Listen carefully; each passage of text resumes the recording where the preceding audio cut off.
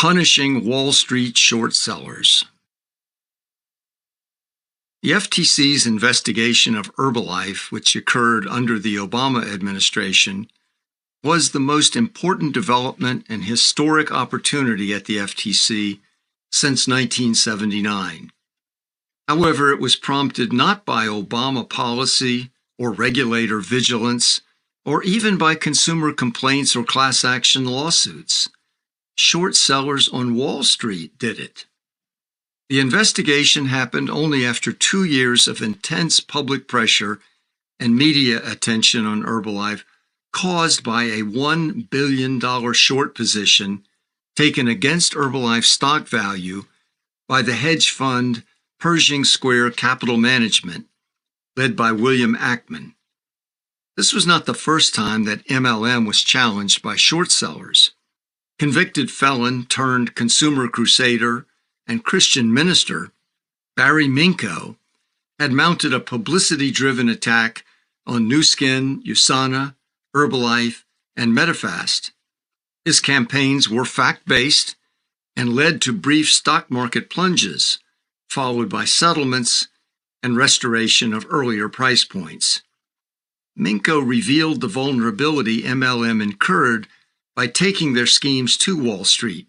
Court challenges by MLMs to his exposure campaigns failed, establishing both the financial and legal foundation for exposing MLM on Wall Street.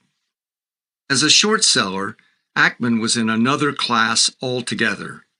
He put hundreds of millions on the line. He was able to spend millions to support his campaign, and unlike Minko, who later went to prison, again, on activities unrelated to his MLM short-selling campaign, Ackman was credible. Indeed, he was famous for making big bets on market realities that few others detected. The 2014 announcement that it would officially investigate the practices of Herbalife renewed lost hope among many victims, activists, and observers that the Obama FTC, following the departure of Leibowitz and Vladeck, might finally act.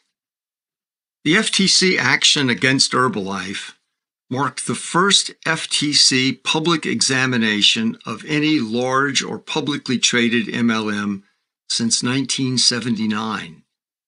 That glaring fact raised troubling questions and provided ominous clues as to an eventual bad outcome for Ackman. With 35 years' experience with the MLM industry, what would the FTC expect to find that would be new or unknown? If the FTC did choose, at long last, to enforce the law on Herbalife, how could it explain the previous long absence of consumer protection? How could it argue that Herbalife, one of the oldest MLMs and a ranking member of the Direct Selling Association, was rogue? Herbalife was sued by the state of California and by distributors in 2 class action lawsuits alleging pyramid fraud. Yet it was only after unprecedented publicity generated by the hedge fund campaign that the FTC undertook an investigation. Then, inexplicably, the investigation ran on for 2 more years.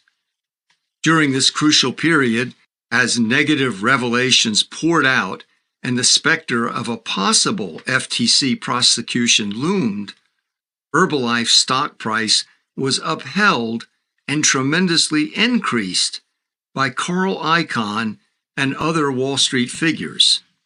With the stretched-out FTC deliberations and the Wall Street maneuvers to orchestrate a, quote, short squeeze, in which Ackman would be forced to buy shares to cover his short and thereby drive the price upward, many analysts expected the short-selling hedge fund Pershing Capital to abandon its position. This conceivably would have taken pressure off the FTC to take any significant action. Pershing, however, held. The negative publicity and revelations continued. Media interest escalated. The FTC was pressured into doing something. The whole world was watching. In the end, The FTC did not discover anything different or contradictory to what it had been told repeatedly by class action attorneys, whistleblowers, writers, and consumer activists, the so-called and much maligned anti-MLM groups and individuals. The facts were 30 years old. Herbalife's practices and business model had not changed since its founding. The short seller was proved correct in his fraud thesis about Herbalife. California Boodle.